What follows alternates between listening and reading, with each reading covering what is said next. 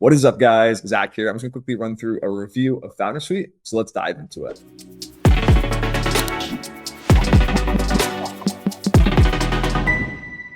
So this is Foundersuite. It's a tool to help you raise capital, and it seems like they have a series of features to help you out with that. It's kind of like an all-in-one tool. It's kind of their mindset around it. So let's hop into the software. I have a demo account here. So there's like a to-do list, I guess an activity timeline of some kind. Then on top of that, there's also your investor CRM.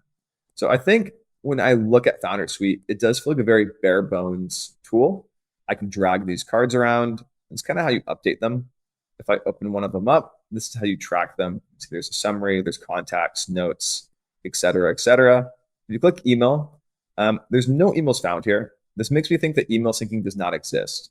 They have like a send emails feature. And I think that's what appears here, but there's no way to connect an email, which is my understanding, which is a pretty big limitation, to be honest. So if I go back to, back to board, you go to filters, you'll see there's no filter here to filter for past communication. With LeadLoft, for example, this is a really big differentiating factor is LeadLoft, you have a status called follow-up. What this does is because LeadLoft syncs with your LinkedIn, your email communication, we're able to know when you should follow up with somebody. So you can filter for follow-up and you'll see all the investors you need to follow up right there. It's a really simple way to track investors and track who you need to follow up with. So I would say on that front, Foundersuite's definitely lacking a little bit. It's not the most sophisticated tracking tool. I think that's natural. That's what happens when you're kind of an all-in-one solution. They do have an investor database, so you can find investors. It's pretty similar to LeadLoft. So I'd say the two are about even. LeadLoft does have prospecting on LinkedIn. It appears that Foundersuite does not have that.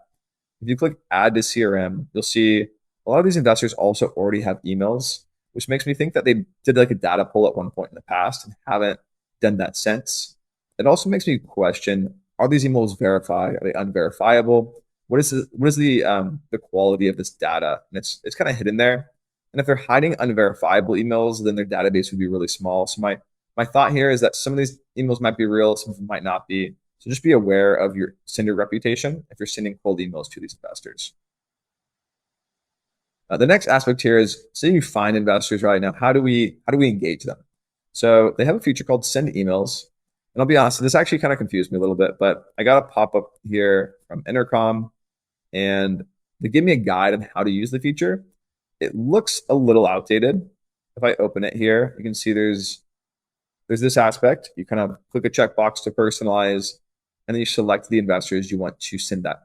I think it's a one-off email basically too. You can see here you draft an email and then you click it, and then you click send. So you're sending one-off emails. You're not actually following up with them automatically. You're not tracking those replies. It looks like you're just sending, blasts out one by one. I also don't know if they stagger these or how they're sending. LeadLoft automatically sends in a way that mimics human sending, which increases deliverability rates because Google and Microsoft recognize that, and they're actually going to increase the odds that you go to the primary inbox if you do send like that. So there's some features here, but I'd say, this feature needs work, right? It needs to be updated. So that's definitely a limitation in terms of the finding investors and the engaging side of it. On LeadLoft, if you go to an engaging, it's obviously much more sophisticated. If you open up this VC outbound, see automated email number 2, run after 7 days. And again, if you don't get a reply, you can automatically run LinkedIn connection requests and LinkedIn messages. And just like with Foundersuite, LeadLoft also personalizes across the name, the company, as well as the sender, which would be you in this case. So on that front, when it comes to tracking, I'd say LeadLoft is definitely far superior. When it comes to engagement, LeadLoft is probably infinitely more superior just because it doesn't seem like Foundersuite has that. But Foundersuite is kind of an all-in-one tool. So let's look at the other features they have. So they have pitch deck hosting. So this is an interesting feature. I think it's kind of cool to have this all-in-one, to be honest. A lot of startups use DocSend, which I strongly recommend. DocSend's an awesome piece of software. I think it's like $8 a month or maybe 15. So if you go here, you could be saving that. That's something to keep in mind. I guess this does look a little bit more dated than DocSend. DocSend's obviously super modern, super impressive, acquired by Dropbox.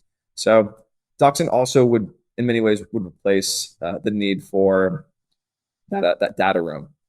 Or you could also just use a Google Drive folder. So these are cool features. It's cool to have it all in one. Whether they're really necessary, I might just prefer to use a Google Drive folder. But again, it's up to you. Then the other aspect here is investor updates. And I think it is actually kind of cool that you can send investor updates through Foundersuite. LeadLoft, you can do the same thing, build a playbook for an investor update and shoot it off to your investors. So it's doable. It is cool that they're kind of like focused on that specifically focused on that fundraising aspect of things. Whether it's super useful, I don't know. It's gonna be up to you to decide.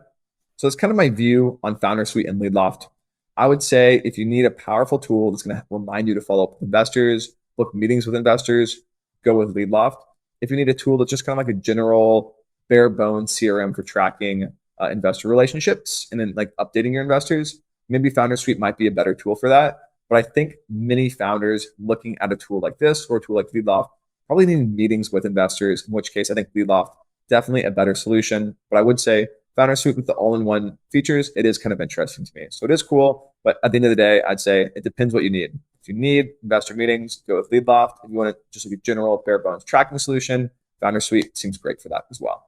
So hopefully that was helpful. If you do have any questions or if you would like me to review another software, just reach out. I'll see you guys in the next video.